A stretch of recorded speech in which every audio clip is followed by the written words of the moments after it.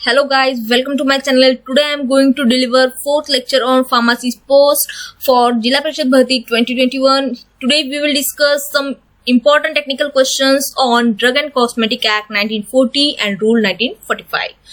Firstly, we will discuss some schedule and then Indian regulations and guidelines, and then later on we will discuss some important regulatory bodies. So शेवटपर्यंत video बघा.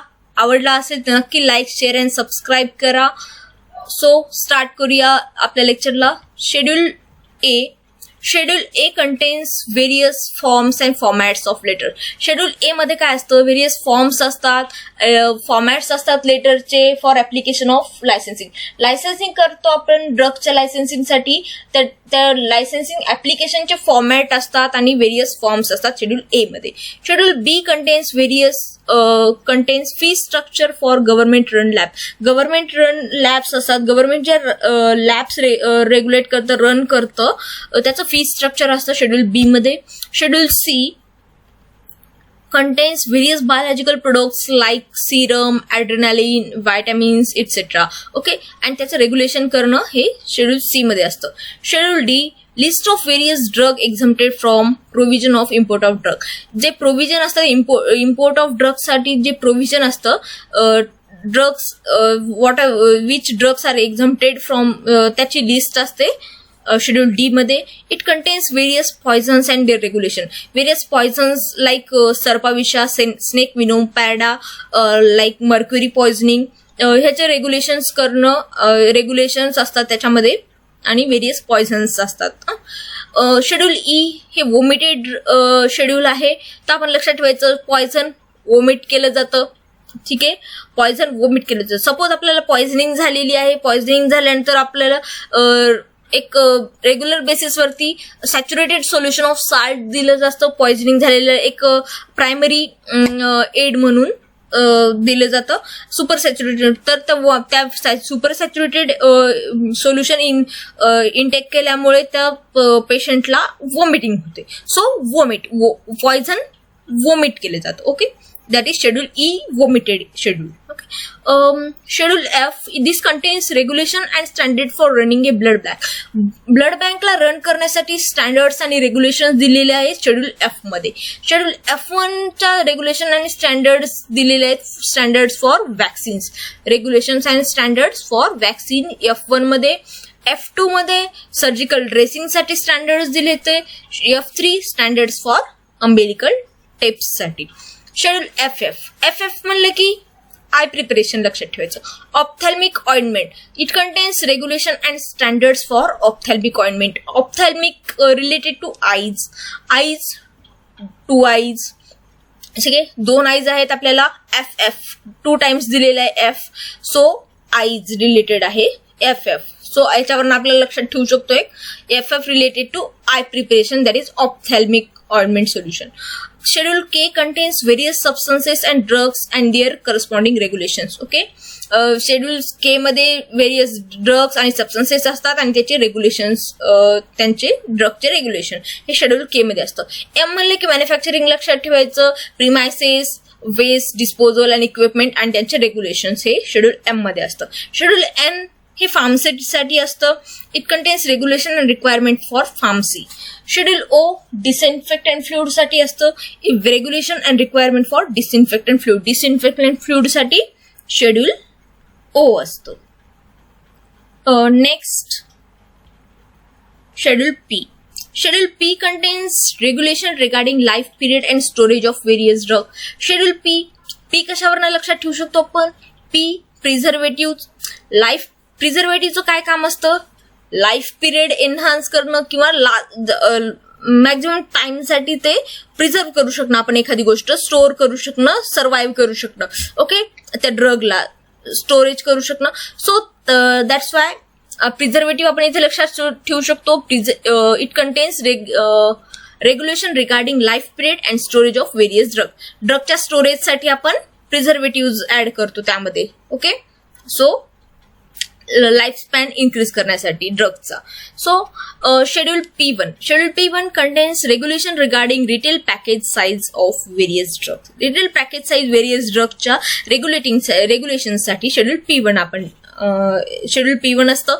Schedule Q contains list of permitted dies and pigments in soap and cosmetic. Soap आणि cosmetics मध्ये आपण जे permitted dies आणि pigments permit केलेले आहेत त्यांची लिस्ट शेड्यूल Q मध्ये असतं. शेड्यूल R म्हणलं की लक्षात ठेवायचं rubber latex. It contains various regulation and requirement for condoms and other mechanical contraceptive. Condoms मध्ये रबर लॅटेक्स यूज केला जातो, so we can use strict rubber latex condoms मध्ये. शेड्यूल R वरनं कॉन्डम्स अँड कॉन्ट्रासेप्टिव्ह आपण लक्षात ठेवू शकतो. Schedule S list of various cosmetics and toiletries and directs the manufacture of cosmetic to confirm the latest Bureau of Indian Standards requirement. Schedule S related cosmetics. Cosmetics म्हणलं तर सौंदर्य वाढलं. सौंदर्य कशाच रिलेटेड? कॉस्मेटिक. म्हणून S फॉर सौंदर्य. Schedule S related to cosmetics and toiletries. Okay. Schedule T traditional system. Traditional system मध्ये काय असतं? आयुर्वेदिक, सिद्धा, युनानी हे ट्रॅडिशनल सिस्टीमचे पार्ट्स आहेत. ओके. ट्रॅडिशनल सिस्टीमच्या अंडर येतात हे. So it contains various regulation and requirement for manufacture of Ayurvedic, Siddha and Unani products हे शेड्यूल T मध्ये येतात. Schedule U it contains various regulation and requirement for record keeping. Record किपिंगसाठी regulation and requirement schedule U मध्ये दिले असतं. Schedule V it contains standards for drug patent. Drug पेटेंटसाठी standards schedule V मध्ये दिले असतात. Schedule Y contains requirement and guideline for clinical trial. Clinical ट्रायलच्या रेग्युलेशनसाठी clinical trial conduct करण्यासाठी काय काय रिक्वायरमेंट लागतात त्याची गाईडलाईन्स काय आहे ते शेड्यूल Y मध्ये आपल्याला डिटेलमध्ये दिलेलं आहे. ओके. नेक्स्ट आहे आपण इंडियन रेग्युलेशन्स आणि सम गाईडलाईन्स चेक करणार आहोत. CDSCO ही इम्पॉर्टंट बॉडी आहे, ऑर्गनायझेशन आहे.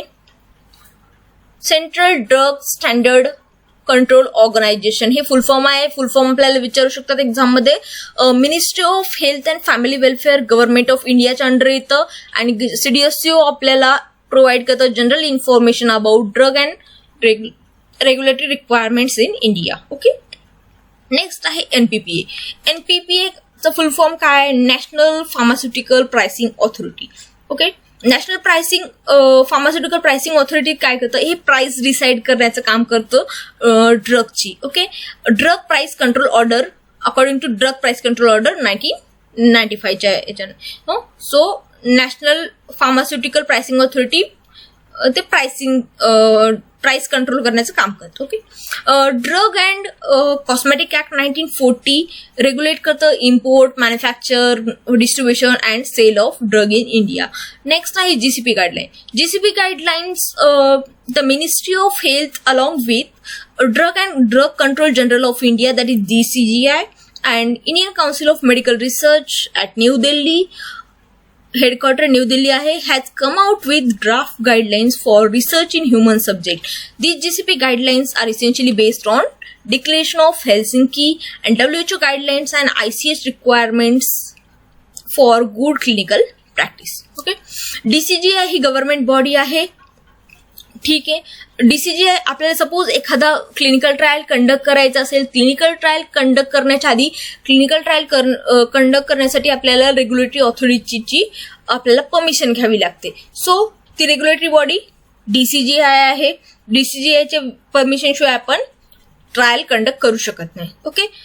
Indian council of medical research New दिल्लीमध्ये आहे, हेडक्वार्टर याचं, आणि हे MCIच्या अंडर येतं. Okay.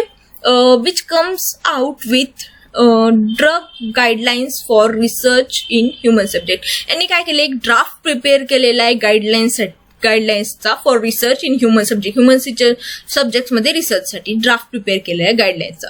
These subjects are essentially based on declaration of Helsinki. हेल्सिंकीच्या डिक्लेरेशन वरती बेस्ड आहेत हे GCP गाईडलाईन. तर डिक्लेरेशन ऑफ हेल्सिंकी म्हणजे काय? वर्ल्ड मेडिकल असोसिएशननी एक डेव्हलप केले declaration statement for ethics of principle for physician, other participants and human subjects. याच्यासाठी गायडन्स म्हणून एक डिक्लेरेशन स्टेटमेंट प्रोव्हाइड केलेलं आहे. ते डिक्लेरेशन स्टेटमेंट डेव्हलप केलेलं आहे आणि ते हेल्सिंकीमध्ये हेल्सिंकी ॲट फिनलँड तिथे झालेलं आहे, म्हणून त्याला हेल्सिंकी नाव दिलेलं आहे. ते डिक्लेरेशन ऑफ हेल्सिंकी आहे. कशासाठी आहे? Ethics of principle for physician to guide physician, other participants and other human subjects involved in the medical research. So त्यांच्यासाठी हे डिक्लेरेशन आहे. WHO guideline, WHOचं full form world health organisation, त्याच्या guidelines GCP guidelines मध्ये and ICH is international conference on हार्मोनायझेशन requirement for good clinical practice. Okay, next आपण बघणार आहोत Indian regulations and guidelines. त्यामध्ये Pharmacy Act 1948 is meant to regulate the profession of pharmacy in India. Pharmacy Act 1948 कशासाठी regulate develop झालेला आहे?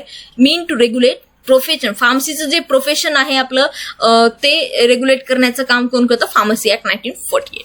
The drugs and magic remedies act 1954.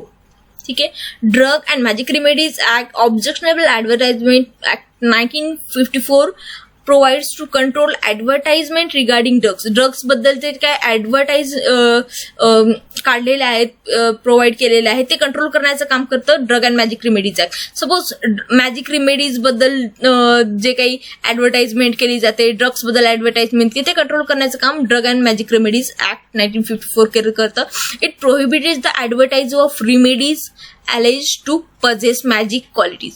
Means magic related जे काही remedies सांगितले जातात त्याला प्रोहिबिटेड करण्याचं काम, ऍडव्हर्टाइजला प्रोहिबिट करण्याचं काम ही ऑथॉरिटी करते. ओके, ड्रग मीन्स या ऍक्टच्या ऍक्ट थ्रू केली जाते. The narcotic drugs and psychotropic substance act 1985. 1985 आहे narcotic drug and psychotropic substance act 1985.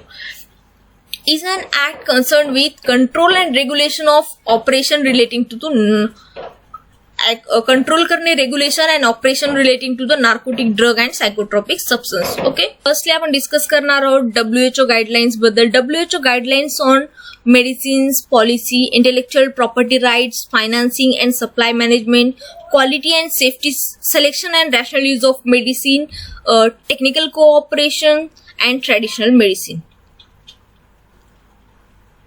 WHO ने गाईडलाईन प्रोव्हाइड केलेल्या आहेत मेडिसिनच्या पॉलिसीवरती. Intellectual property right means suppose नागपूरचं संत्री आहे, हे आहे, प्रत्येक रिजन वाईज एक इंटेलेक्च्युअल प्रॉपर्टी राईट्स आहेत त्याबद्दल मीन्स जे काही मेडिसिनल इंटेलेक्च्युअल प्रॉपर्टीज आहेत त्याच्या राईट्स बद्दल गाईडलाईन्स दिलेल्या आहेत WHOने. फायनान्सिंग अँड सप्लाय मॅनेजमेंट कसं करायचं त्याच्या गाईडलाईन्स आहेत मेडिसिन्सच्या.